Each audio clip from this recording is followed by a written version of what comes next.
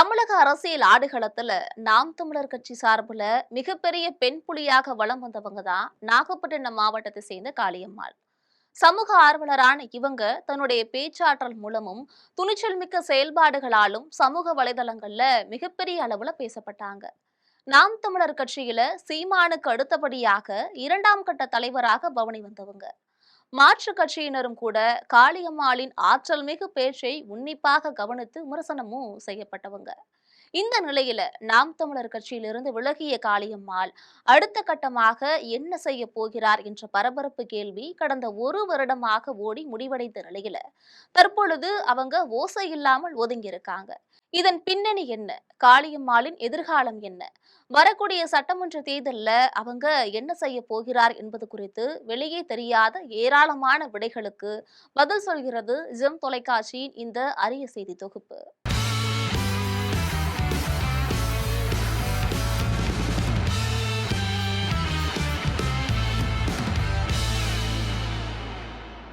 நாகப்பட்டினம் மாவட்டம் கடலோர பகுதியை சேர்ந்தவங்க தான் காளியம்மாள்.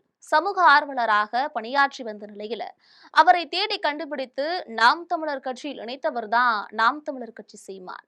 கடலோர மக்களுக்காக மட்டுமே ஓடியாடி உழைத்து வந்த காளியம்மாளை தமிழகம் முழுவதும் அறிய செய்து மிகப்பெரிய அரசியல் தலைவியாக அவரை உருவெடுக்க செய்தது நாம் தமிழர் கட்சி.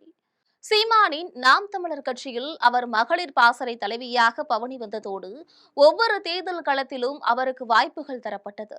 கடைசியாக மயிலாடுதுறையில் போட்டியிட்ட அவங்க நாம் தமிழர் கட்சி வேட்பாளர்களிலேயே நம்பர் 1 வாக்குகளை பெற்றவர் என்ற புகழையும் சம்பாதிச்சாங்க.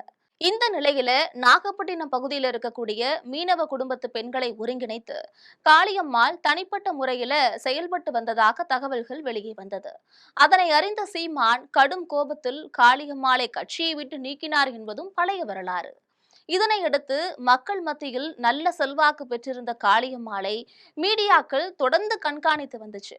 அவரிடம் அவ்வப்போது நிகழ்வுகள் குறித்து பேட்டிகள் கண்ட நிலையில விரைவிலேயே நான் அரசியலுக்கு திரும்பவும் வருவேன், நிச்சயமாக உங்களிடம் தகவல்கள் தெரிவிப்பேன் என்றபடியே காலம் கழித்து வந்தார் காளியம்மாள். இதனிடையே அதிமுக தரப்பிலும் தமிழக வெற்றி கழக தரப்பிலும் பாரதிய ஜனதா கட்சி தரப்பிலும் அவர் திரைமறைவு பேச்சுவார்த்தைகளா நடத்தி வந்தாங்க. தன்னுடைய பேச்சுவார்த்தையின் போது தனியாக ஒரு மகளிர் அமைப்பு மூலம் மேற்படி கட்சிகளில் கூட்டணி வைத்துக் கொள்வதாகவும் நாகப்பட்டினம் தொகுதியை தனக்கு ஒதுக்கி தர வேண்டும் என்றும் மேற்படி தேர்தல் செலவுகளை அந்தந்த கட்சிகளே ஏற்க வேண்டும் எனவும் பல கோரிக்கைகளை வைத்ததாக தெரிகிறது.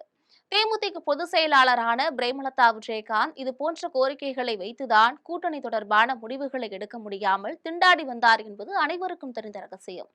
இந்த நிலையில முதல் கட்டமாக அதிமுக சார்பில் இருந்து அவரது கோரிக்கைகள் நிராகரிக்கப்பட்டுச்சு.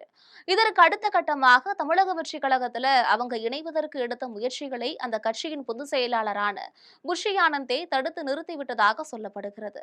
இதனைத் தொடர்ந்து பாரதிய ஜனதா கட்சியோட கூட்டணி வைத்துக் கொள்வதற்காக ஏற்பாடுகளை மேற்கொண்டார் காளியம்மாள். ஆனால் காளியம்மாள் குறித்து டெல்லி பாஜக மேலிடம் ஒரு சர்வே நடத்திய போது அவங்க ஒரு பேச்சாளர் என்பதை தவிர அவருக்கான வாக்கு வங்கிகள் எதுவும் இல்லை என்ற தகவல்களும் உறுதிப்படுத்தப்பட்டிருக்கு. இந்த சூழ்நிலையில யாருடனும் கூட்டணி அமைக்க முடியாத காளியம்மாள் தற்பொழுது தனக்கு நல்ல ஆலோசகர் இல்லாததாலும் முடிவெடுக்க முடியாமல் திண்டாடி வந்துட்டு இருக்காங்க. இதற்கிடையே நாம் தமிழர் கட்சியின் முக்கிய நிர்வாகிகள் மற்றும் தொண்டர்கள் காளியம்மாளை மன்னித்து மீண்டும் கட்சியில் இணைத்துக் கொள்ளலாம் என்று கருத்து தெரிவித்திருக்கிறார்கள். ஆனால் சீமான் இது குறித்து எந்தவித ஆலோசனையும் நடத்தாத நிலையில தற்போது காளியம்மாள் தமிழக அரசியலில் பன்னீர்செல்வம் போல தனித்து விடப்பட்டிருக்கிறார். இதற்கிடையே சீமானின் நாம் தமிழர் கட்சியை பொறுத்தவரைக்கும் அனைத்து தொகுதிகளுக்கும் வேட்பாளர்களை அறிவித்துவிட்ட நிலையில காளியம்மாளுக்கு வாய்ப்பில்லை என்பது திரைமறைவு செய்தியாக பார்க்கப்படுகிறது.